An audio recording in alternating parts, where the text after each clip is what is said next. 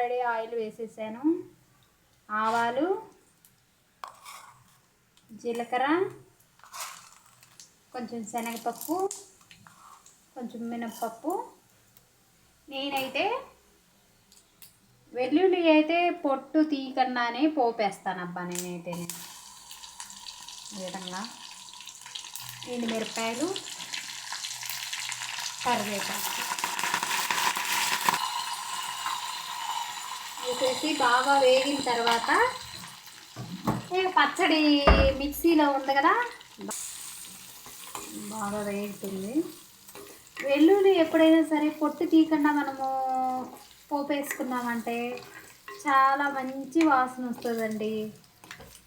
అందుకే నేను దేంట్లో కూడా వెల్లుల్లికి పొట్టు అయితే తీను. మనకి బాగా వేగింది. ఇప్పుడైతే పచ్చడి వేస్తున్నాను. పచ్చడి కూడా పచ్చగానే దంచి పెట్టుకున్నాం కదా మనము. మనకి విలేజ్ సైడ్ అయితే రోళ్ళు ఉంటుంది, రోట్లో అయితే బాగా దంచి పెట్టుకుంటాము.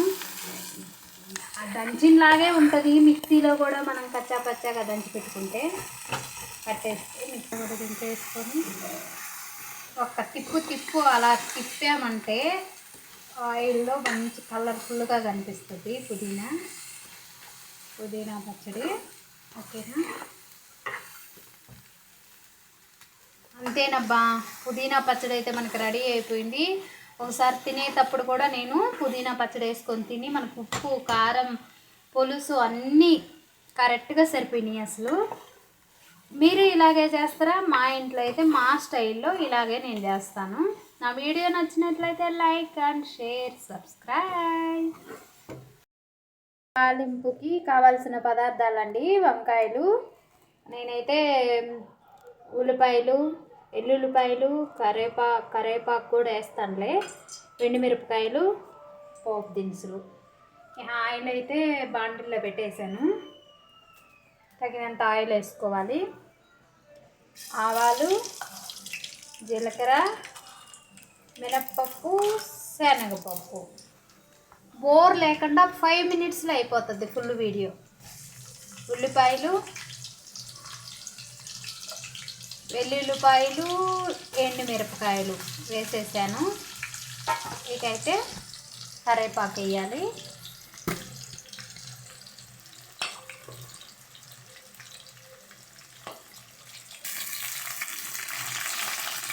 కదా, బాగా వేగనిచ్చేసి మంచి గోల్డెన్ కలర్ వచ్చేంత వరకు వేయించుకుందాము. ఇప్పుడైతే మనకి ఉల్లిపాయలు కూడా బాగా గోల్డెన్ కలర్లో వేగిపోయాయి. చూడండి, పోపు మొత్తం వేగిన తర్వాత వంకాయలు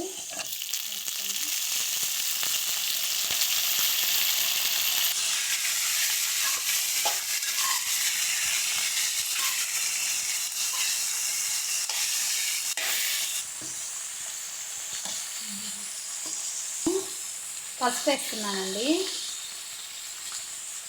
ఇక మనకైతే తగినంత ఉప్పు వేసుకోవాలి. మనకు ఫస్ట్ ఉప్పు వేయటంలో అయితే మనకి వంకాయలు కరుడు కట్టకుండా ఉంటాయి, ఫాస్ట్గా కూడా వేగిపోతాయి. కారం తర్వాత వేస్తాను నేను. వంకాయ తాలింపు చేసినప్పుడు అయితే పప్పుల పొడి అవి ఇవి ఏమి వేయకూడదండి. ఏమి లేకుండా సింపుల్ పసుపు, ఉప్పు, కారం పోపు పెట్టేసుకున్న తర్వాత అయితే సిమ్లో పెట్టేసుకొని వేయించుకోవాలి. ఇంకా నేను ఈ టైంలో సిమ్లో పెట్టేస్తాను. ఒక 10 మినిట్స్ తర్వాత మనకి బాగా కుక్ అయిపోతుంది వంకాయలు మాత్రము. ఇప్పుడు సిమ్లో పెట్టేస్తాను, మూత పెట్టేస్తానండి. ఓకే, 10 మినిట్స్ తర్వాత చూద్దాం. 5 మినిట్స్ తర్వాత అయితే మూత తీసి చూసానండి నేను. చూడండి, బాగా వేగింది.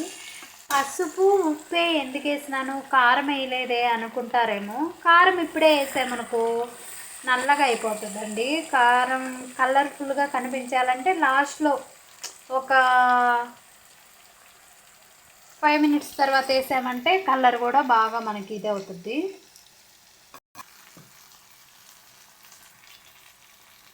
ఈ టైంలో అయితే మనకి కారం మీకు ఎక్కువ కావాలంటే స్పైసీగా కొంచెం కూడా ఎక్కువ వేసుకోవచ్చు. నేనైతే ఒక స్పూన్ వేస్తున్నాను కారము. ఈ టైంలో మనం కారం వేసుకుంటే కలర్ మారకుండా చేంజ్ అవ్వకుండా నల్లగా అవ్వద్దు కదా, అందుకు నేను ఇప్పుడు వేస్తున్నాను. మనకి 75% అయితే బాగా కుక్ అయిపోయిందండి వంకాయ.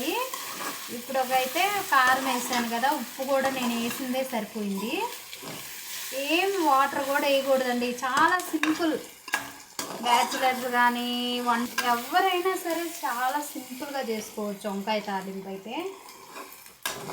పోపు వేసిన తర్వాత ఒక 10 మినిట్స్ సిమ్లో పెట్టామంటే బాగా కుక్ అయిపోయింది. ఇప్పుడైతే ఇంకా నేను కారం వేసాను కదా, కారం కూడా వంకాయకి పట్టాలనేసి సిమ్లోనే పెట్టేసి మూత పెట్టుకుంటున్నాను ఒక 5 నిమిషాలు.